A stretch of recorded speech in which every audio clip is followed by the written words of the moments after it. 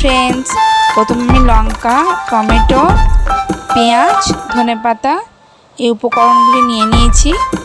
আমি করছি আজকে নিয়ারে ভাপা, ঠিক আছে। ওটাকে অনেকে লটিয়া মাছও বলে থাকে।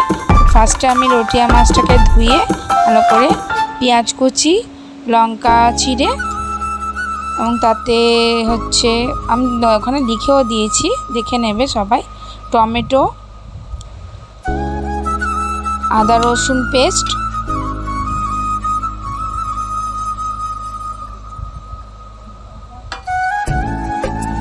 সর্ষের তেল,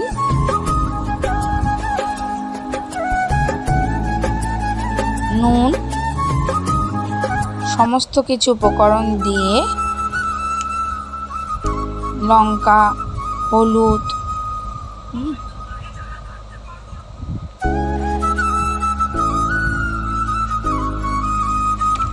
ওটাকে ভালো করে মাখিয়ে নেবে। তারপর ওটাকে 5 মিনিট রেখে দেবে।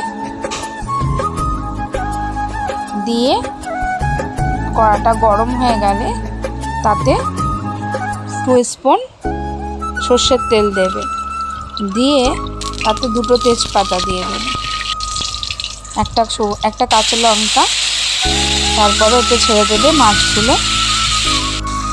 ছেড়ে দিয়ে একটু এদিক ওদিক করে একটা কিছু ঢাকনা চাপা দিয়ে দিও, যাতে ওটা ভাপা হয় আর কি।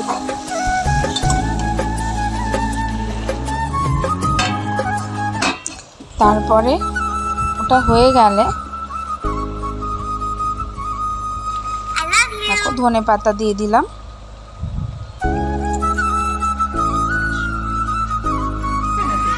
তারপরে আমার রান্নাটা রেডি হয়ে গেছে। দেখো কত সুন্দর দেখতে হয়েছে। ভালো লাগলে সাবস্ক্রাইব, লাইক, শেয়ার